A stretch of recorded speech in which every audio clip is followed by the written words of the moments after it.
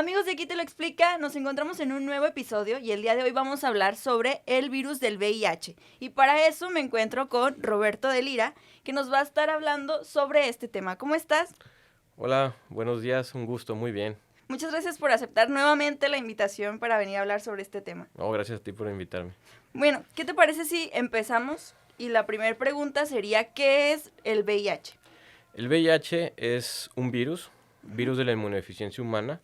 Este virus es un virus que desde el inicio de la pandemia, que es a principios de los 80s, nos ha estado afectando a la mayoría de la población mundial, ¿no?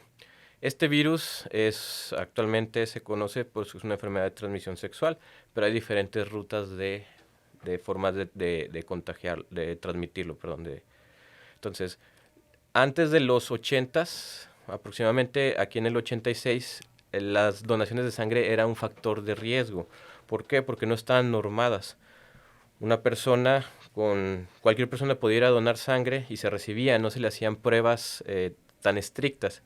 En el 86, aquí en México empezamos de que hacerles pruebas de hepatitis B, hepatitis C, VIH, etcétera.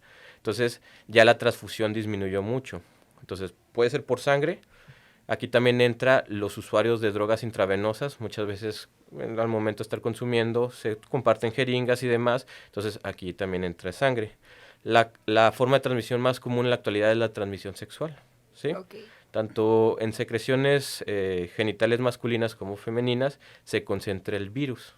Entonces, esa es una forma de contagio. Tanto recepciones anales como vaginales puede haber una forma de contagio. Es la forma más común que se contagia en la actualidad. Y la tercera forma es vertical. ¿Qué quiere decir? Una madre que padece esta infección, que no toma tratamiento al momento del parto o de la cesárea, puede contagiar al bebé. Al bebé. Mientras está formando el bebé, ¿no está contagiado? El trimestre de mayor riesgo de contagio es el tercer trimestre, muchas veces por la exposición de sangre de la mamá al bebé. Entonces, teóricamente, ha habido varios casos en los que la mamá se da cuenta de que está infectada durante el embarazo, o sea, por ejemplo, el tercer trimestre o el segundo trimestre, se da tratamiento a la mamá inmediatamente, se da algo que se llama profilaxis antes de que nazca el bebé, se va a cesárea porque el parto aumenta el riesgo de contagio y al bebé se le da tratamiento y se disminuye el riesgo de contagio y evitamos que bebé tenga esta infección. ¿Y cuáles son los síntomas del VIH? Bueno, el VIH es un virus que se maneja en el que, por ejemplo, si yo me expuse, puedo generar algo que se llama VIH agudo aproximadamente de 2 hasta 6 semanas. Se le conoce como retroviral agudo o VIH agudo. Puede ser una infección, puede dar síntomas como una infección de garganta fuerte, ganglios, dolor de garganta, fiebre, malestar general. Algunas personas pueden generar un rash, que es como manchitas rojas, que dan comezón. En casos severos puede dar encefalitis, que son problemas neurológicos, pero es muy baja. Entonces es una infección que se autolimita. Lo que está pasando ahí dentro de nuestro cuerpo es que el virus, si lo contraje genitalmente, hace una viremia local en mis ganglios y luego posteriormente hace una viremia generalizada. Tarda 4 o 6 semanas. Entonces esa viremia generalizada lo que genera son síntomas generalizados. Fiebre, malestar. Entonces sube mucho el virus y el virus se reproduce en un tipo de células que se llaman linfocitos CD4. Estas células son células de defensa. Entonces, aquí al momento de infectar esta célula, se reproduce dentro de la célula y la destruye. Esto va provocando que nos baje las defensas. Entonces, en el VIH agudo hay una reproducción importante de virus y hace que baje un poquito las defensas, pero llegamos a un punto que se llama set point, en el que hay un equilibrio, en el que las defensas vuelven a subir y el virus se mantiene en una cifra. Entonces, aquí va a haber una pelea de desgaste en el que las defensas matan al virus y el virus mata a las células de defensa. Entonces va a ir progresando lentamente. En este periodo puedo estar asintomático, o sea, puedo llevar una vida completamente sin ningún síntoma y tener el virus, entonces contagiarlo. Por eso es una de las causas por las que no hemos podido frenar los contagios hasta en la actualidad. Es que es silenciosa, ¿verdad? Ajá. En cierto punto. Posteriormente va bajando las defensas hasta que llega a un punto, un umbral en donde las defensas están muy bajas, menos de 200 CD4 en general, en el que somos susceptibles a infecciones oportunistas. ¿Qué es esto? Como su nombre lo dice, es alguien que se aprovecha de la oportunidad, ¿no? Virus, parásitos, hongos, bacterias, que normalmente no me generarían alguna infección, me generan una infección.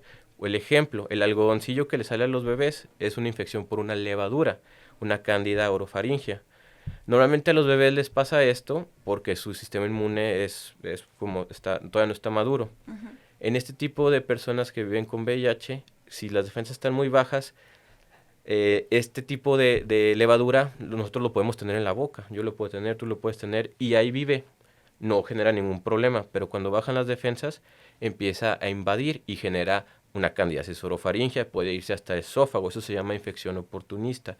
Un microorganismo que no le causaría una infección a alguien con sus defensas normales, a una persona con sus defensas alteradas, sí le genera este tipo de infecciones.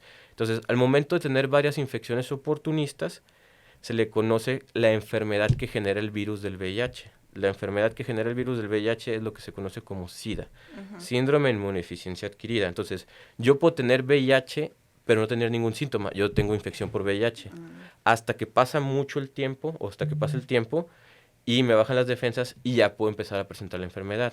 Entonces, esta enfermedad se caracteriza por tener infecciones múltiples, ¿sí?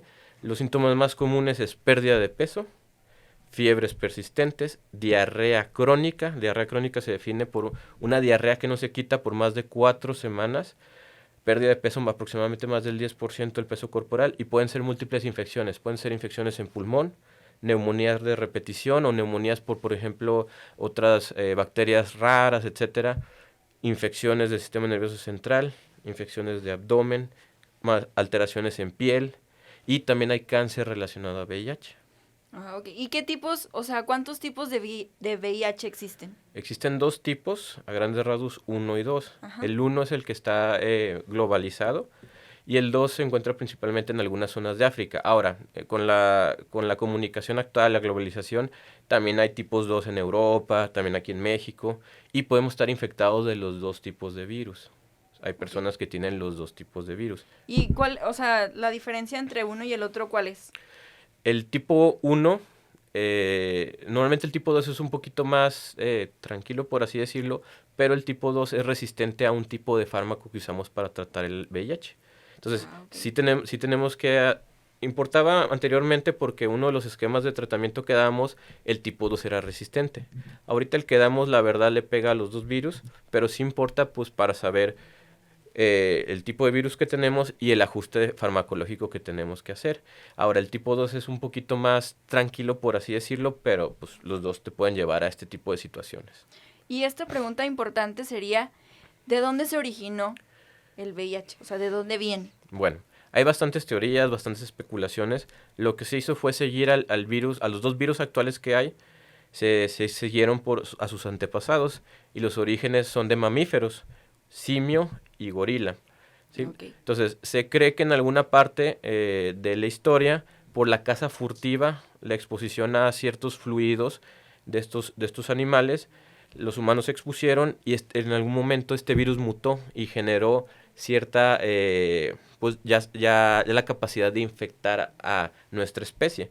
Porque normalmente o sea, si yo me expongo, ejemplo, existe algo que se llama VIH felino, ¿sí? Le da a los gatos domésticos. Entonces, si yo me expongo a ese VIH, yo no me puedo contagiar, ¿sí? Entonces, normalmente esto tuvo que haber sido probablemente exposiciones constantes y uno de esos virus estaba mutado y ya generó la infección a nuestra especie.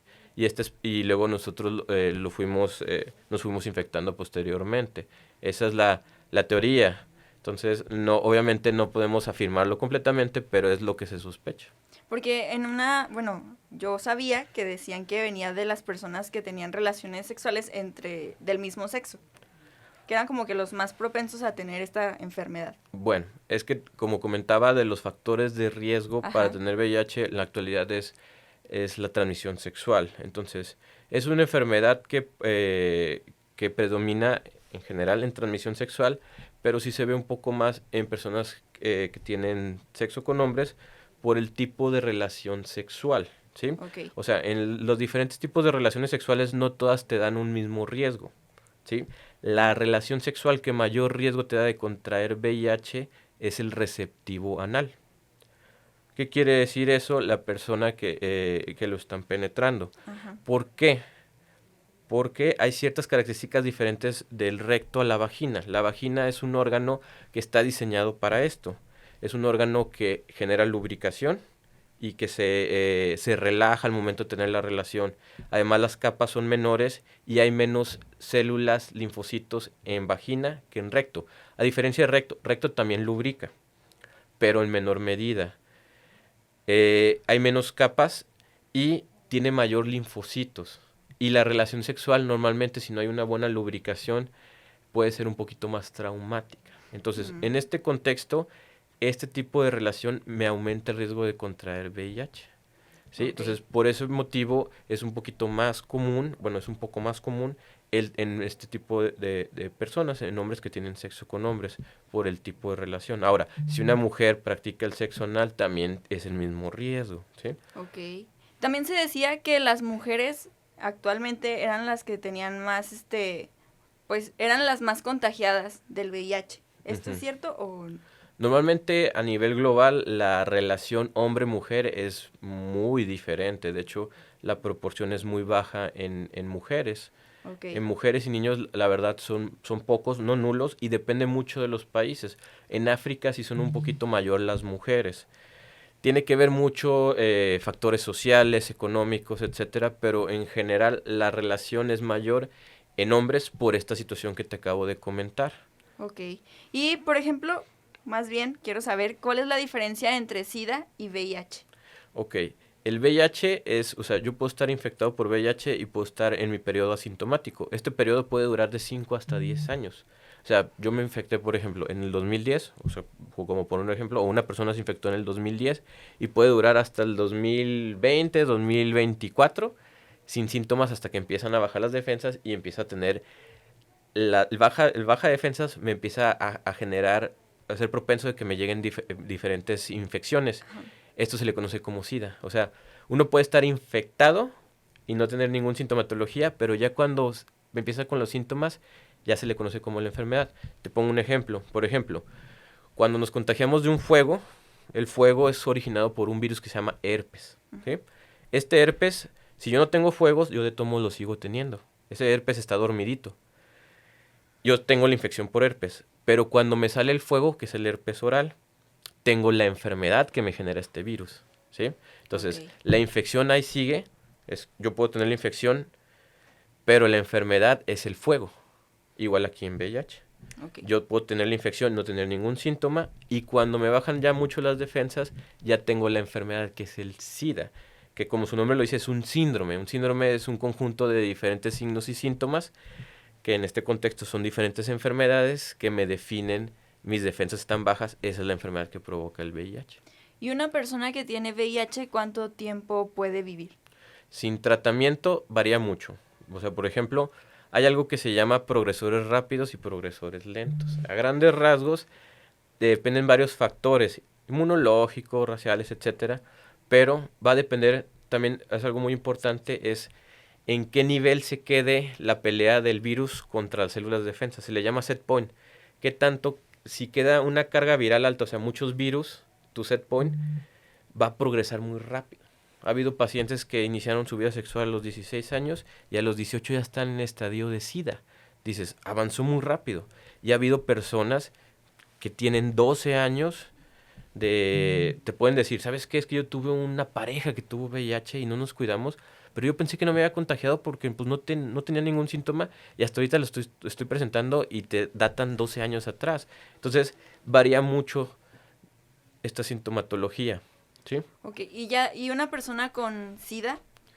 Ahí, cuando te hacen el diagnóstico de SIDA, la mortalidad varía mucho, porque depende del oportunista, pero en general es una mortalidad alta. O sea, puedes debutar con un cáncer relacionado al VIH, como un linfoma. El linfoma es un cáncer de ganglios, ¿sí?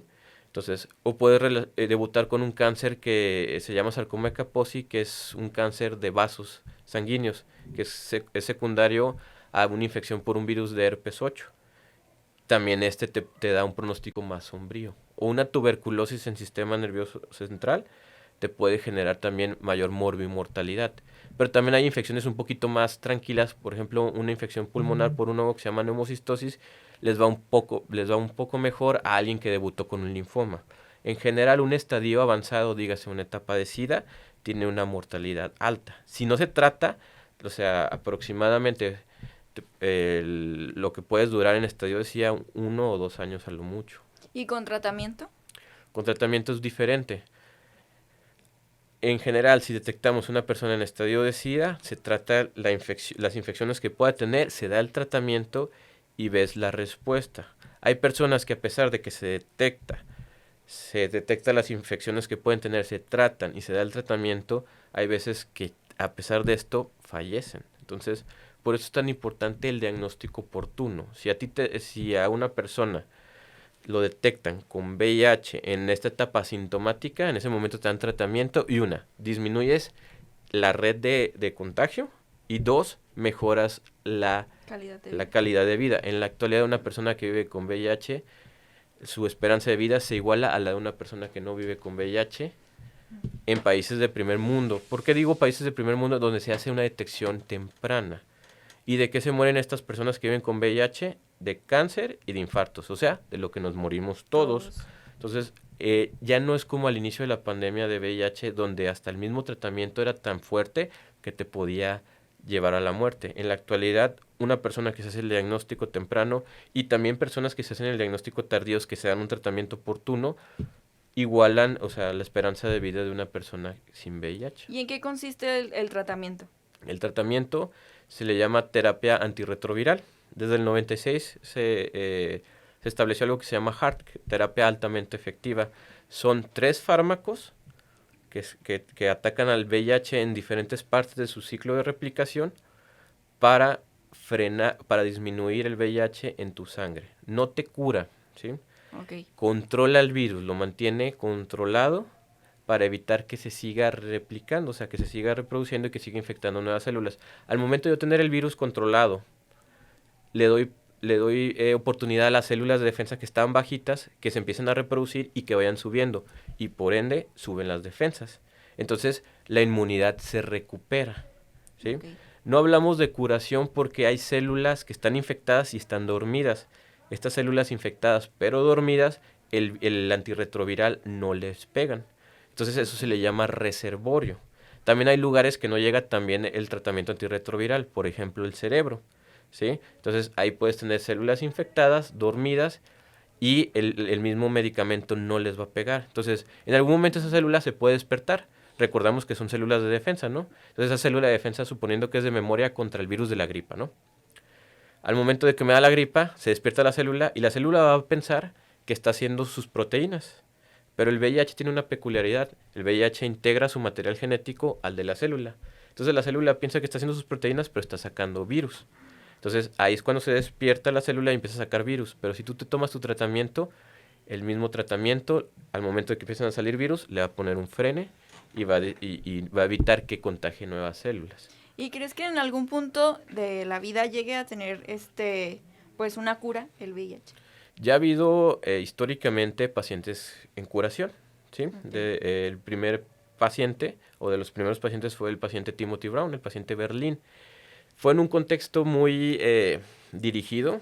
Era una persona que tenía un cáncer de la sangre, una leucemia, y fue candidato a un trasplante de médula ósea. Un trasplante de médula ósea, primero te dan una quimioterapia muy fuerte en el que te tratan de quitar la mayoría de tus células de la sangre, te dejan prácticamente sin células, y luego posteriormente te dona alguien la médula ósea, alguien compatible a ti. Aquí el punto, por lo que hubo la curación, es que la persona que donó tenía una mutación en sus células que le donaron. Entonces, el VIH ocupa un receptor para entrar a la célula, una puertita, por así decirlo. Entonces, esta persona que le donó tenía una mutación en ese receptor. Al momento de que quiso entrar las pocas células que quedaron infectadas de esta persona con leucemia, al momento de salir este VIH y querer infectar las nuevas células, quiso entrar y no pudo, porque tenían una puerta diferente, no pudo entrar, y los virus necesitan una célula para poder reproducirse. Entonces, en ese contexto fue en el que se evidenció que sin tratamiento seguía indetectable este paciente. Okay. ¿Sí? Entonces, Ya ha habido casos de curación, pero son en ese tipo de escenarios. Ahora, un trasplante de médula ósea no es cualquier cosa. Te puede generar, te puede generar o tiene una alta mortalidad. Entonces no es algo como que digas, bueno, yo me quiero hacer un trasplante de médula ósea para curarme el VIH. Y la otra es encontrar a alguien compatible a ti que tenga esa mutación. Entonces no es algo que se lleve fácilmente a la práctica. Y en general, el paciente que vive con VIH en la actualidad tiene una muy buena calidad de vida. Entonces, obviamente se está investigando para lo de la cura, se está investigando de vacunas, etcétera, pero todavía que algo sea factible, no. Ok. ¿Y cuál es la manera más práctica de darte cuenta o de hacerte un examen para el VIH? En general hay que identificar los factores de riesgo, ¿sí? De lo que hemos estado hablando, si soy usuario de drogas intravenosos, si pues tengo múltiples parejas sexuales, si, por ejemplo, soy trabajador de la salud y me expongo con pacientes, tengo punciones, etcétera, todo esto hay que decir, bueno, tengo factores de riesgo, hay que tamizarme. ¿Qué es tamizar? Irme a hacer pruebas constantemente, ¿sí? Entonces, decir, yo pienso que eso es algo que se tiene que hablar desde la secundaria, ¿no? Que es normalmente cuando las edades donde ya se empiezan a ser sexualmente activos. Estos son los factores de riesgo. Ya anteriormente se decía, no hagan las cosas. Ya sabemos que no podemos controlarlos completamente, entonces no asustarlos y decir no lo hagan, sino si lo van a hacer, háganlo responsablemente. Y ahí entra el PrEP, ¿sí? Sí. El PrEP es algo que se llama profilaxis preexposición. ¿Qué quiere decir? Yo identifico que tengo factores de riesgo, me hice mi prueba de VIH, salió negativo, pero me interesa no contagiarme. Entonces, es tomar antirretrovirales, es un esquema incompleto, por así decirlo, en el que ya hay dos modalidades, diaria y el 2+1+1 que le llaman de emergencia, en el que yo tomo todos los días esa pastilla y si me llevo a exponer a alguien que tiene VIH que no toma tratamiento, disminuye el riesgo de contagio un 99%. Entonces, esta es una de las modalidades preventivas que ahorita están teniendo mayor auge. Actualmente es tomado, pero ya hay inyecciones, están todavía en fase de prueba, Ajá. pero ya hay inyecciones de depósito que duran, está el lenacapavir, es una inyección que se aplica cada 6 meses y no fue inferior al tomar la pastilla. Esto es un gran avance a nivel global porque nos va a ayudar a disminuir los contagios. ¿Y cualquier persona puede tomar el PrEP? Personas que tengan factores de riesgo lo pueden solicitar. En México ya tenemos esta modalidad, tanto Salubridad, ISSSTE o Seguro Social. Entonces hay que solicitarlo. Por ejemplo, del Seguro Social dices, yo soy derechohabiente, me interesa tomar PrEP, ya te van a direccionar a la clínica. Te van a hacer primero estudios. Primero te van a hacer estudios de VIH, hepatitis C, hepatitis B, sífilis, etcétera, de riñón, de hígado, para ver si no estás contagiado. Si estás contagiado, ya te inician el tratamiento. Entonces, también el programa PrEP nos está sirviendo detecciones oportunas. Personas con factores de riesgo que no sabían que tenían VIH porque están asintomáticos y resulta que ya tienen VIH. Entonces, lo bueno de ahí es que los agarramos a muy buen tiempo. Sí. Y si no tienen VIH, dices, ok, todo bien, inicio el tratamiento. Y de todos modos les vamos haciendo pruebas de seguimiento para ver si no se contagiaron de VIH y de otras enfermedades de transmisión sexual.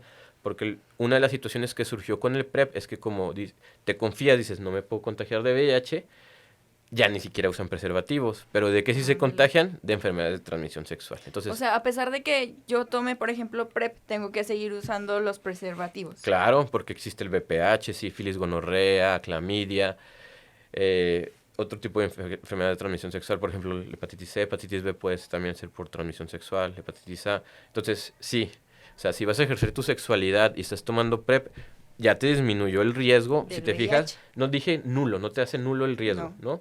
Te disminuye un 99%. La única maniobra que te hace cero el riesgo de contagio es que la persona que tiene VIH esté tomando antirretroviral y esté indetectable. Dígase que no tenga virus en ese momento en su sangre por el antirretroviral. Eso sí hace un sexo seguro, o sea, esa persona puede tener relaciones sexuales sin preservativo, sin riesgo a contagiar a la otra persona. Esa es la única intervención.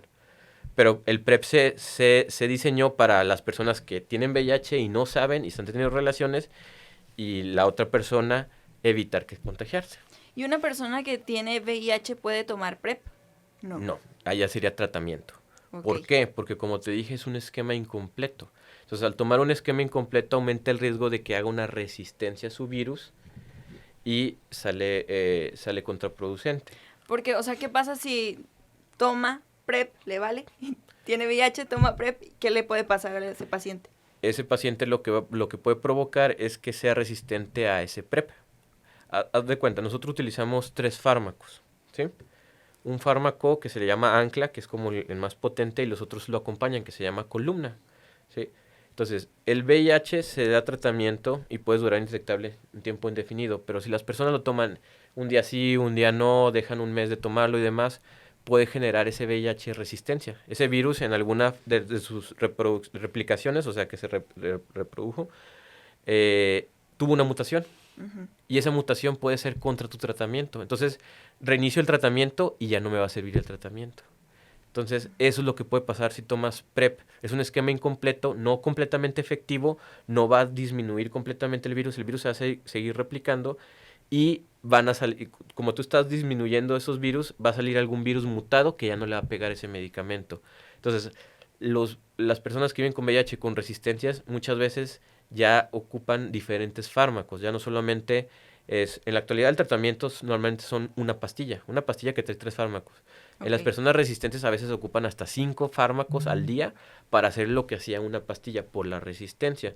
Entonces, por eso es importante de decir, si ha habido personas que dicen, tengo VIH, pero tengo un amigo que toma PrEP y me está dando el tratamiento. No, te lo está dando mal.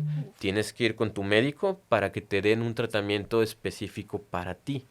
Y su calidad de vida es mucho más, o sea, menor. De las personas que tienen resistencias, Ajá. muchas veces se puede ver mermada. Ok. ¿Sí? Simplemente el tomar más fármacos genera una carga en el paciente. No es lo mismo tomar una pastilla, tomar 5. Es más probable que se te olvide uno. Y ahora, hay situaciones en las que el virus es tan resistente que ya no hay fármacos para tratarlo. Lamentablemente ya no se ha visto esto en la actualidad, pero puede pasar. Entonces por eso es tan importante que si lo vas a tomar, lo tomes todos los días a la misma hora y no suspenderlo. Ese es el secreto para llevar una vida saludable. En diferentes donde me formé había pacientes ya bastante longevos que viven con VIH, 87 años y ya 34 años viviendo con VIH.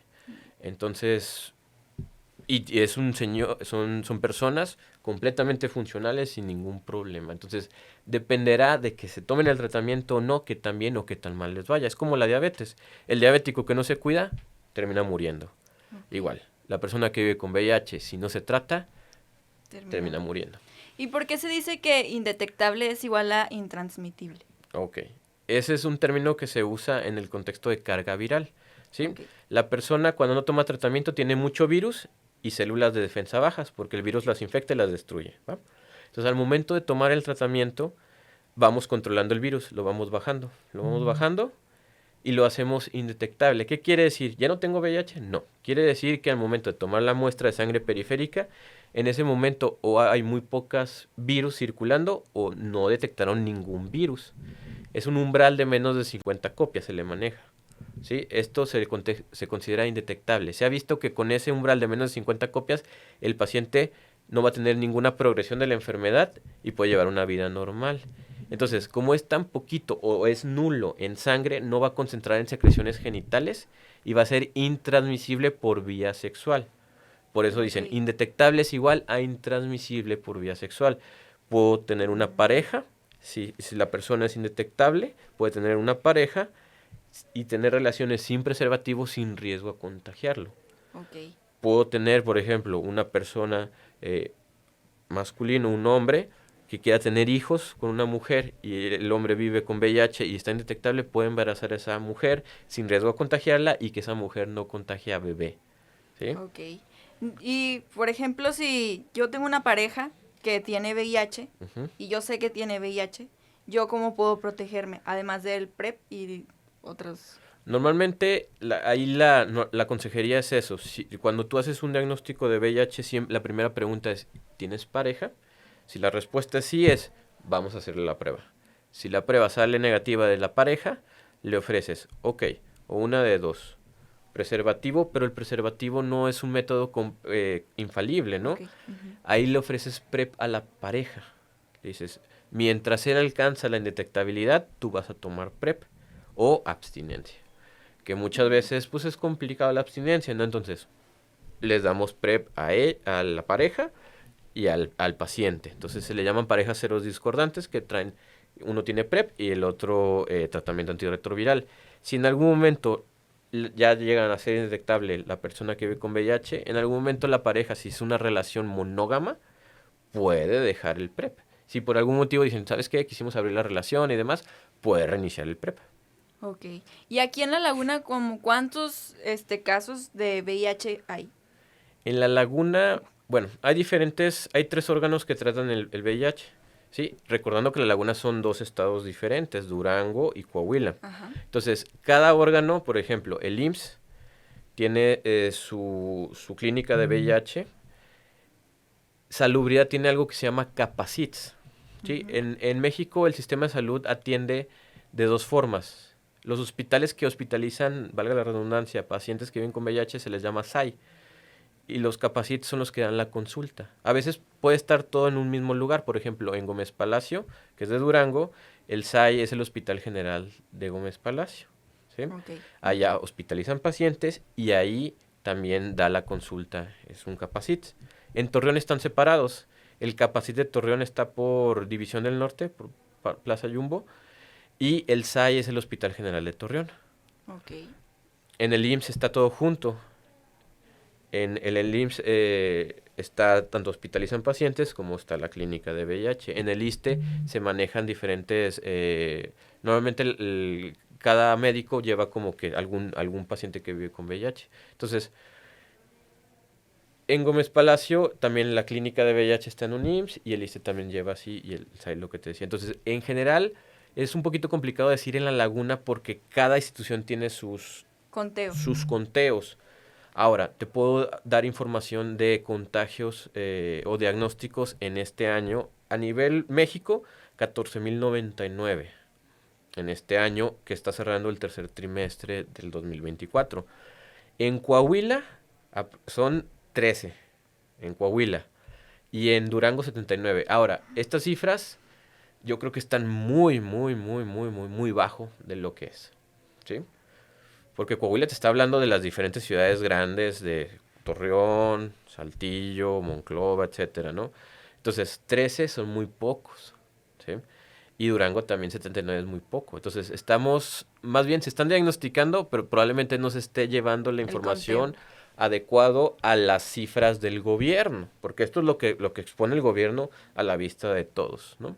Entonces, es eso. Pero normalmente las clínicas en general, por ejemplo, en Torreón aproximadamente se calcula como unas 2.000 personas viviendo con VIH. Es un cálculo muy ambiguo, ¿eh? Ajá. O sea, probablemente hayan más, pero eso es el... Y la persona que esté interesada en hacerse una prueba puede asistir a cualquier lado. Ujú. Por ejemplo, si tú tienes IMSS, puedes decir al IMSS, ¿sabes qué? Con tu médico familiar o decir, tengo interés de hacerme una prueba de VIH. Te hacen una prueba gratuita, Y ¿sí? la prueba es de sangre. Es como si te sacaran la prueba del azúcar, una glucometría, Ajá. una gotita de sangre, hacen la prueba, se llama prueba rápida. Ok. Entonces te la hacen en el IMSS. Si salubridad, puedes ir al Capacits. En el Capacits es la clínica especializada para atención de VIH y PrEP. Ahí vas y dices, no tengo ni seguro ni ISSSTE. Te hacen tu prueba. En el ISSSTE también te la pueden hacer. Ahora, ya hay algo que se llama autoprueba. La autoprueba, muchas veces el problema del tamizaje es ese de que por ejemplo, en el Día Mundial del VIH, el domingo pasado, estuvieron haciendo campañas en el Paseo Colón donde daban pruebas, hacían pruebas gratis, etcétera. El problema de ese tipo de situaciones es que cae mucho el estigma. Si, suponiendo, una persona tiene factores de riesgo y tiene la incertidumbre, tiene un VIH, ¿tú crees que se va a ir a hacer una prueba y que esté expuesto a la exposición de todos? No. Probablemente no. Entonces aquí entra la autoprueba, es una prueba que compras en farmacia, donde tú te haces tu prueba así como y tú te das cuenta. Eso es algo que ya se está implementando en México, esperemos que ya se haga, se difunda, Ujú. pero esto nos va a facilitar un poco el diagnóstico oportuno. Y por ejemplo, ¿cuánto tiempo tarda en darme el resultado? Esas se llaman pruebas rápidas, en 15 minutos te dan el resultado, pero aquí tenemos una disyuntiva. Hay pruebas de diferentes generaciones, ¿sí? En general usamos de tercera y cuarta generación. Las generaciones cambian en la posibilidad o el porcentaje de detección de que o sea, que una persona se haya contagiado, y el tiempo en el que salga positivo. La de tercera generación es la persona se expuso al VIH y tarda 21 a 25 días en que esa prueba salga positivo. O sea, esos 25 días la persona sigue teniendo VIH, pero no hay forma de diagnosticarla. Esa es la tercera generación. Las de cuarta generación en 17 días, ¿sí?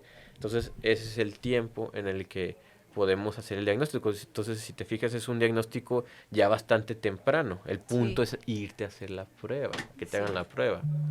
Y por ejemplo, si yo me estuve en riesgo de contraer esta enfermedad, ¿a los cuántos días tengo que hacerme la prueba? ¿Luego, o me tengo que esperar un tiempo y Normalmente sería determinado? la prueba que maneja la institución que te va a valorar.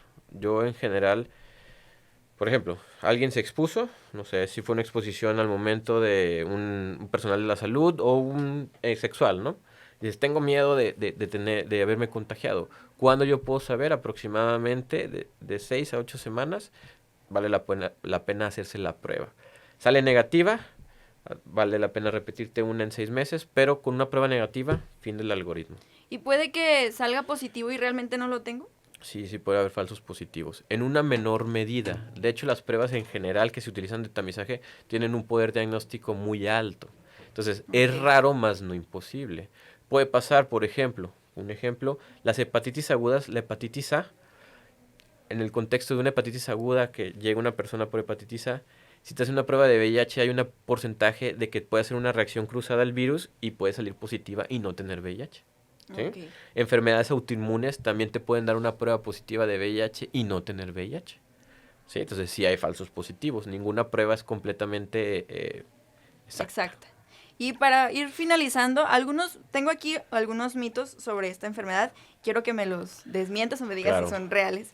El primero sería si se puede contagiar por un beso. No, no. Ni lágrimas, ni saliva, ni orina. O sea, el contacto no te va a contagiar. Como comentaba, son tres las formas de contagio. Principalmente tiene que haber sangre, secreciones genitales y pues sangre por ejemplo, la transmisión vertical. Entonces, esa es la forma. Otros tejidos o fluidos pueden tener líquido cefalorraquídeo. Pero el líquido cefalorraquídeo es el líquido que baña el cerebro y la médula espinal. No estamos expuestos a eso normalmente, ¿no? Y se puede contagiar a través de una picadura de un mosquito. No, no, no, no. Las enfermedades transmitidas por vector son virus en específico que pueden sobrevivir dentro de este vector. El virus del VIH, ¿no? También se dice que se contagia, que ya me dijiste que no, pero si compartimos el baño. No. Ahí lo que les hago énfasis a mis pacientes es si obviamente pues no compartimos rastrillos, o sí.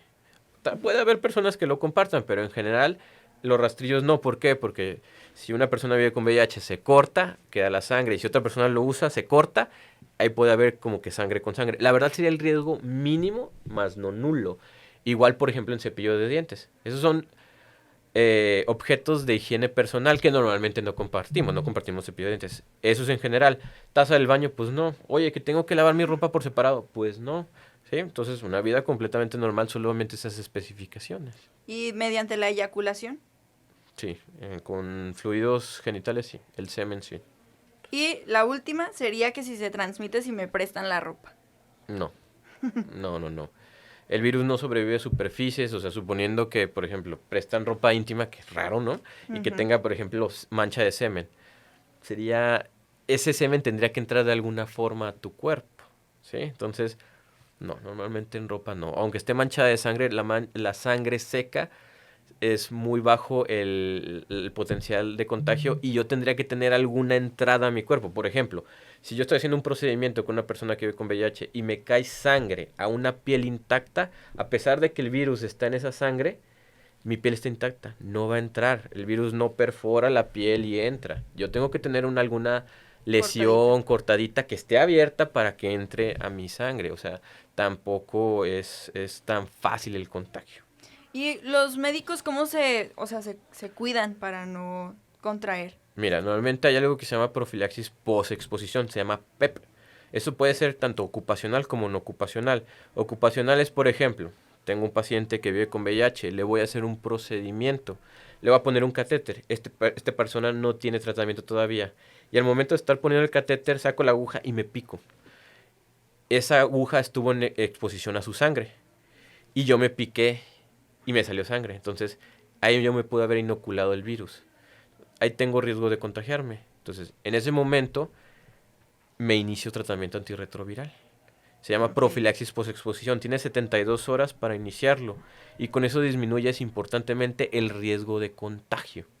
¿Sí? Entonces, ya hay formas. También puede ser de una forma sexual. Me expuse con una persona que no tengo mucha confianza. Fue un encuentro súper casual. No la conozco.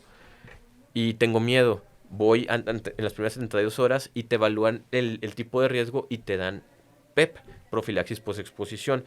Lo tomas por 28 días y con esto disminuyes el riesgo de contagiarte de VIH. Entonces, hay formas. No quiere decir que si ya me piqué, ya voy a tener VIH. No.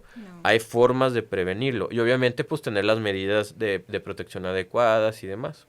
Ok. Y ya para finalizar, algunas recomendaciones que nos quieras dar. Pues yo, en general, siempre les recomiendo el tamizaje. Caemos en juicios morales, en decir tienes factores de riesgo o no. En general, cada persona sabemos si tenemos o no factores de riesgo, hacernos la prueba. Si tengo factor de riesgo, iniciar PrEP. El PrEP lo puedes, por ejemplo, decir, ¿sabes qué? Ahorita estoy en una etapa de mi vida en la que estoy experimentando, quiero salir y demás, sin problemas, aquí no juzgamos. Tómate tu PrEP.